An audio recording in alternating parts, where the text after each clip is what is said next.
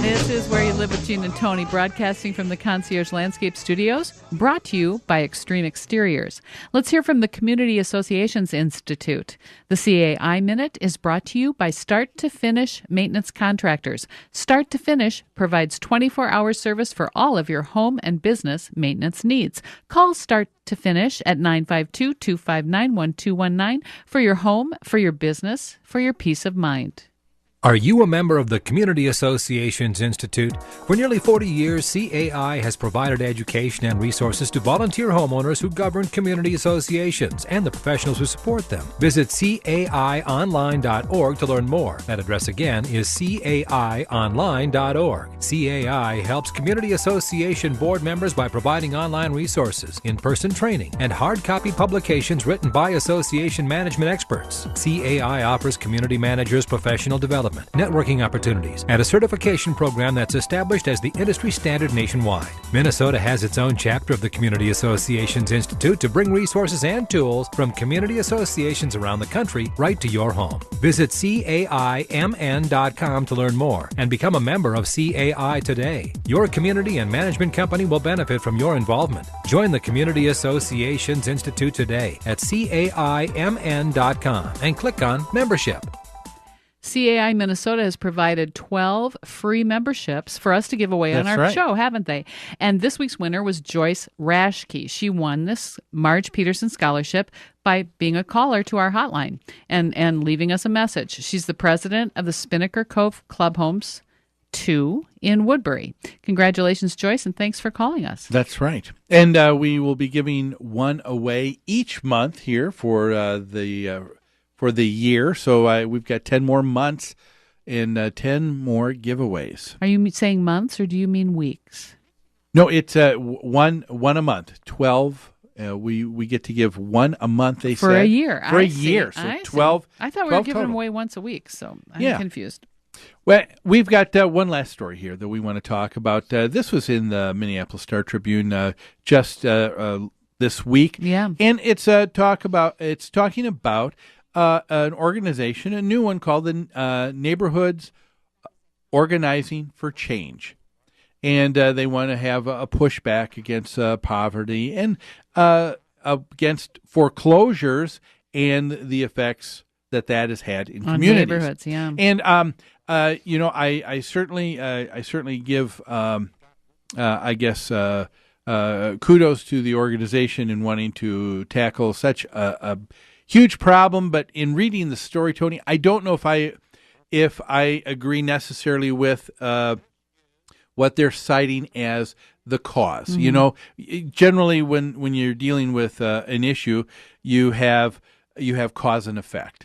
And I think they are looking at the effect and wanting to get that changed. And I maybe support haven't that. Identified the cause. Exactly. They're doing a great job in bringing issues to the forefront and talking about the things that are affecting their neighborhood, and actually most neighborhoods in the metro mm-hmm. area. But I'm not sure that they have the source of the problem yet. Yeah, and let's talk about what that is. It says here in this article that church, community, and labor leaders have joined forces for a week-long campaign to confront financial institutions and elected officials, urging them to restore opportunity to ordinary Minnesotans. Now, I guess they believe that opportunity has been taken away, and by financial institutions and elected officials. Mm-hmm. It's already a little vague, isn't it? Because how do you define restoring opportunity? How do you meet that goal? And I wonder what it is that they're thinking was actually taken away, because to me, opportunity is opportunity. I don't know that opportunity changes. Someone explained this to me, and I guess to me it always made sense. They said, some people take a look at others' lives and they say, boy, isn't that person lucky? Mm-hmm. And I had one person tell me that, no, it's not luck. He said it's just being prepared when opportunity presents itself. There you go. That's right. And so things change. That's right. The opportunities change. Markets change. Yeah. Competition changes. Yeah. The world around us changes, but that doesn't mean that opportunity goes away. That's right. And this group really sees financial institutions, the foreclosures, the housing crisis as being the cause of their problems. Yeah, and now, don't get me wrong. I think there certainly has probably been a number of things that have gone wrong with large institutions in what they've allowed, but I don't know that they have taken away opportunity. The government stepped in and said, "Hey, guess what? You can't continue to give these mortgages to people who we have no idea can afford it, or we're not going to ask about any kind of qualifications because." That would be wrong. That would not be giving them opportunity. All that did is allow people to really get themselves dug into a deep hole. Yeah. So they're talking about. So we're all pretty much in agreement that the subprime lending explosion led us to this crisis of foreclosure. Yeah. They say this organization says that that they will focus on the plight of the unemployed residents affected by the foreclosure crisis, immigrant families and elderly as a part of their Don't Foreclose on the American Dream movement.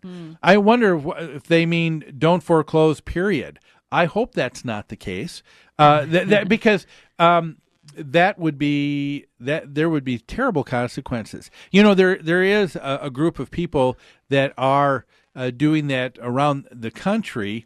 And that's part of the Stop Wall Street group and some of the organizing that's taking place now. You will see where they are they're asking for mortgages just to be kind of everything that's owed just to be wiped clean. Slate clean for everybody, not realizing what that would do. Folks, for example, you put your money in a bank, and other people put their money in the bank because everybody does. The bank knows that you don't all ask for it out at the same time. Therefore, they have so much that they can lend to other people. Sure. And they charge a fee for lending, which is an interest, and they pay you a fee for using your money, which is interest they pay to you. And so you end up helping someone else.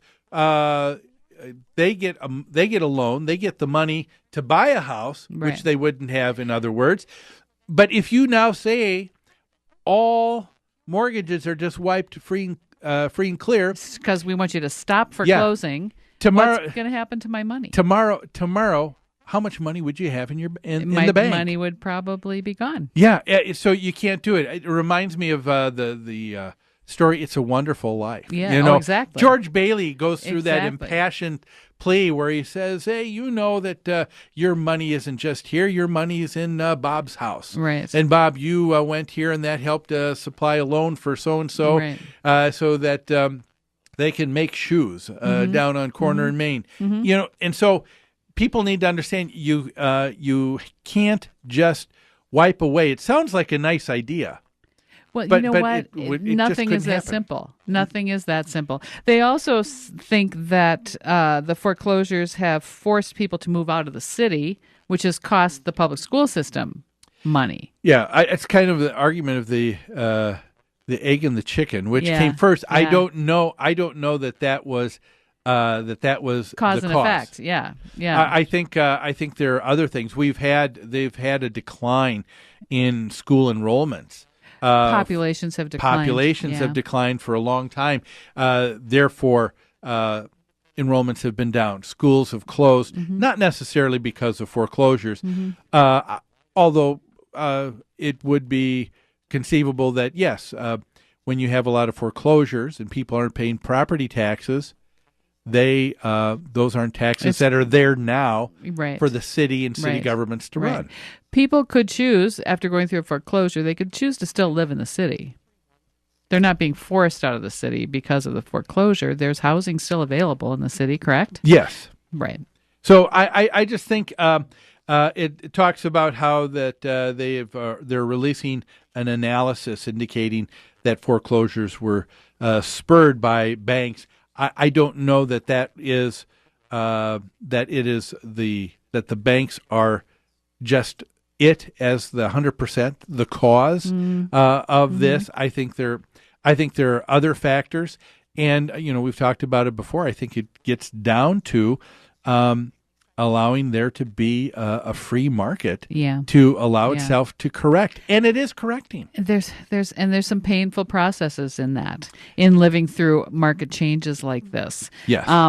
I think their intentions are good. Their communities are suffering. We're going through changes. Mm-hmm. It's not just the north side of Minneapolis, which is where this group is operating. It's all over the metro area. This is not a problem of ethnicity or color. It's happening everywhere. It'd be good to have someone from this organization on the show sometime in the future. Well, hey, folks, that's all the time that we have for you today. Thanks so much for joining us here on Where You Live with Gene and Tony. Join us next Sunday. Until then, have a great Sunday, folks. See you next week. Is to be loved by